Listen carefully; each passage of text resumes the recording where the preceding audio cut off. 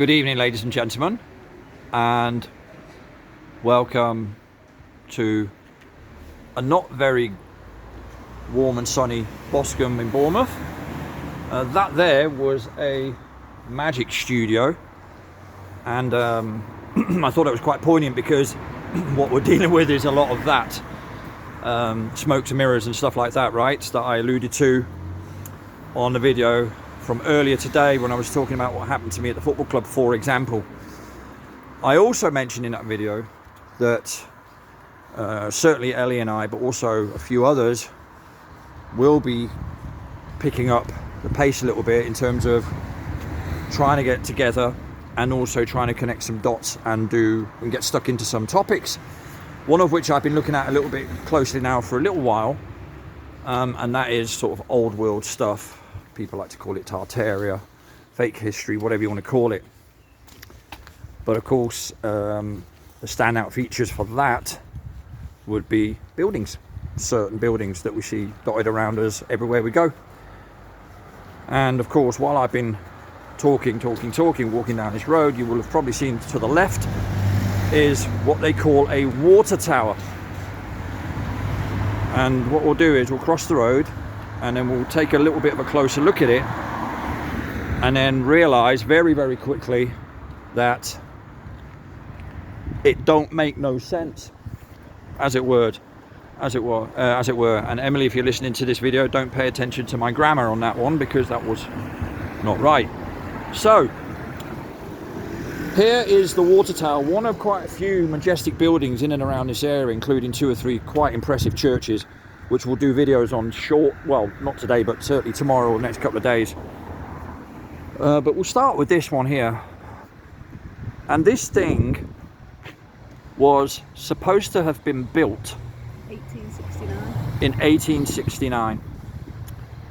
Right, now I'll just show you what we're talking about here. Completed in 1875. Completed in 1875, thanks Ellie. So when you go up closely, you'll notice stuff like this. A bit like what you see at Stonehenge when you think you're looking at 5,000-year-old stones, but actually you're looking at iron girders with stuff over the top. Well, they've done it reverse order this time. But of course, that flakes off, doesn't it? And then you can see the brickwork behind it. But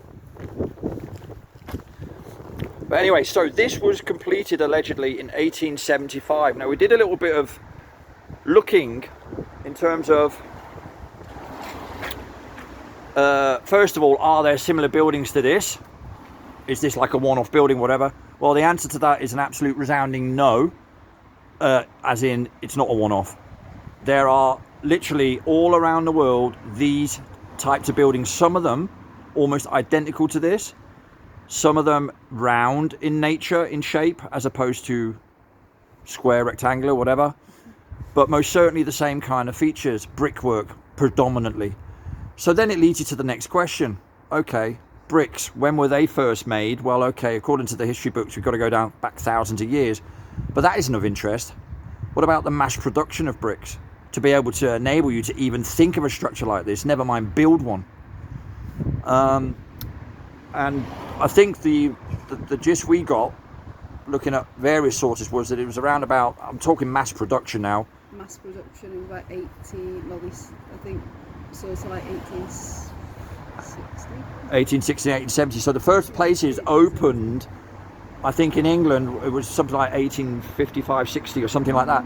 But that doesn't mean to say that they're ready to go to supply the whole world so that they can build all these buildings. That's in the early days. When you look at on the heritage site, like it says like 1850.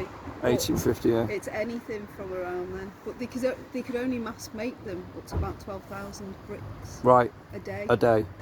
And then up to 25,000 bricks a day. Right. So, and then it's the distribution of those bricks. Right, and that's where it gets more complicated, doesn't it? Or simple, well, we say more complicated, actually quite easy, you know. Then you start having to think about, well, okay, how did you get the bricks here in the first place, distribute them, and all the rest of it, because this that we're seeing here on the ground, tarmac floors, car parks, roads and stuff, that all, of course, didn't exist back in 1850, 1860, 1870, take your pick.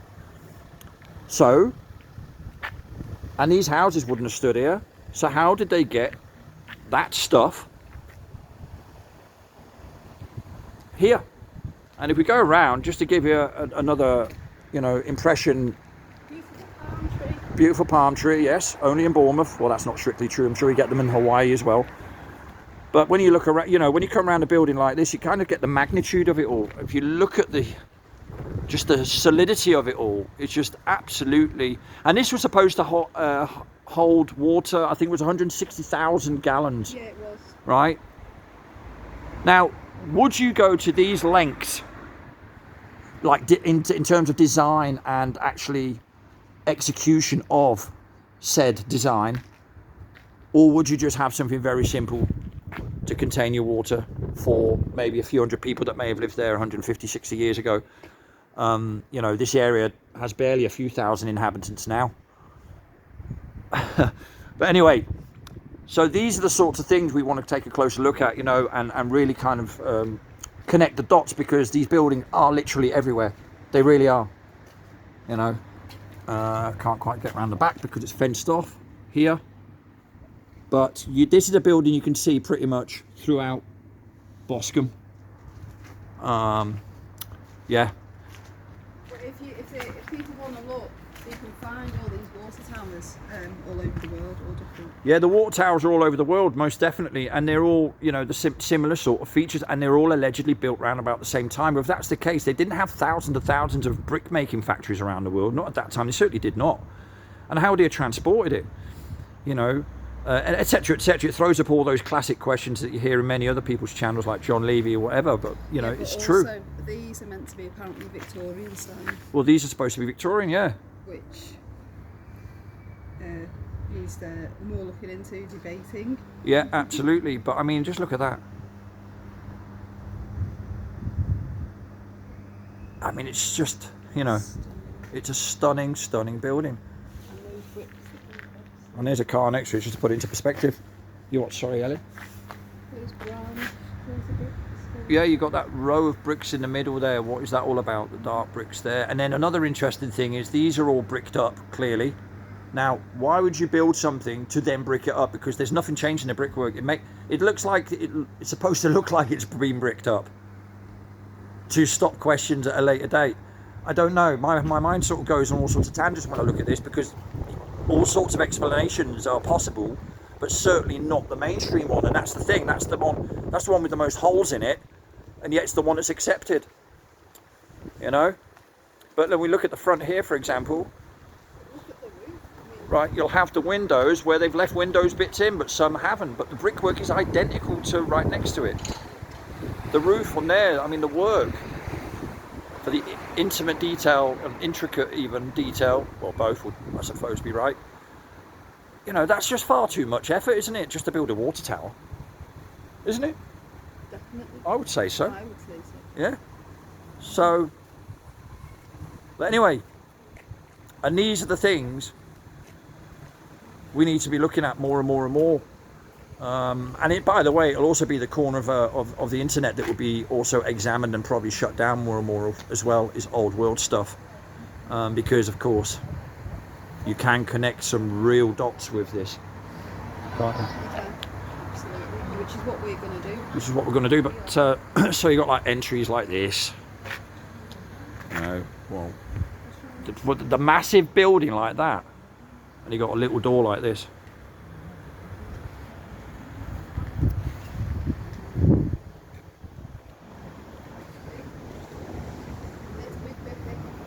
Yeah. I mean, it's just a phenomenal building. And they're all bricked up. And all of it's bricked up. I mean, that's a lot, you know, emphasising the point, that's a lot of bricks. And I don't know how thick the walls are because we haven't been inside, but it would certainly be thicker than just the... Yeah, that door is clearly false. Right? I mean, here's the thickness of the entry. I can go to the door. So there's your wall here. There's the inside of the door there, without me wanting to pry. So it's about 1.5 yards, maybe? Yeah. Yeah? But there you go. Well, here's the rear. And there we have another entrance there that resembles the one out the front that we were looking at just a second ago. See it there? Brick underneath.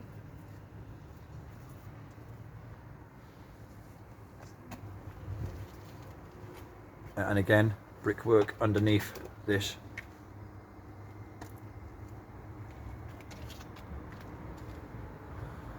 Exceedingly fascinating, I've got to say.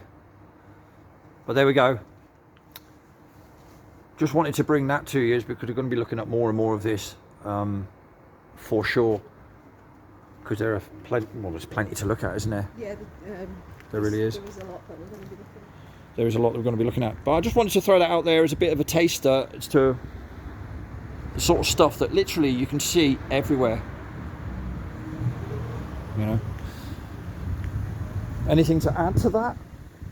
Just that we will continue to research and look at old buildings. Absolutely. As it were. As it were. We'll follow up with this when we find out more, but I thought it's a good sort of entry point for it. We've decided to, do more that way, haven't we? That way, yeah, absolutely. Yeah. Absolutely.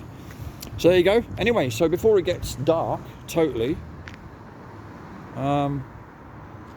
thanks for having a little look in and supporting my channel. As always, much appreciated.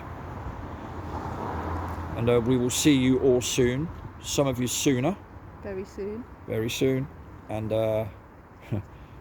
from a cold and grey, windy Boscombe. It's goodbye from him. And it's good night from her. Good night.